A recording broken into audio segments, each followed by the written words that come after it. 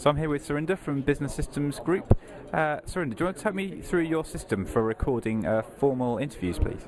Yeah, sure. What we have is basically the Codes interview recording system, which is based on industry-based software and hardware. What we've done is we've basically simplified the way or approach that interviews should be done.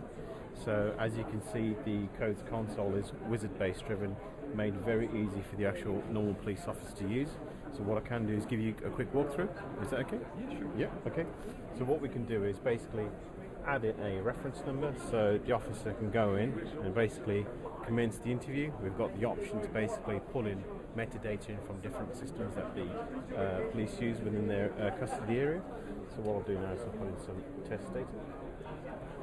And as you can see, it's wizard driven, kept very simple. The fields have been kept very simple as well. So the officer can basically put them in with minimal ease. And the code there. And there we go, we're nearly ready to have the interview. So the officer now can go and make sure that the camera is pointing in the right direction, basically looking at either the victim or suspect at the time. And here we go, the interview has now begun.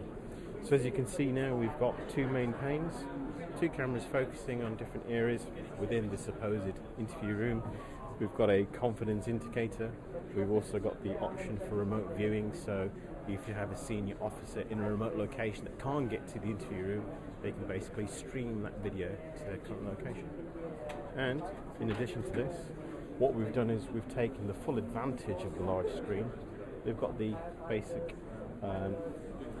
capability to show evidence to the suspect at the time and to gauge their reaction once they're shown these bits of evidence. So we've got an image there of a knife, image of a handbag. So basically we've got all that capability within this laptop.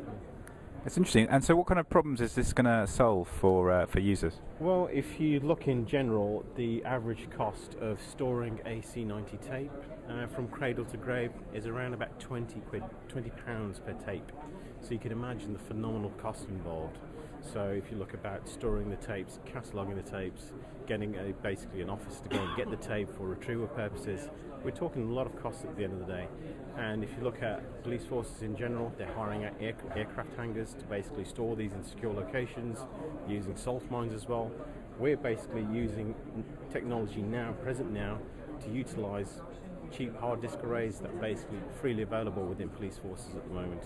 So we're taking advantage of that type of technology right now.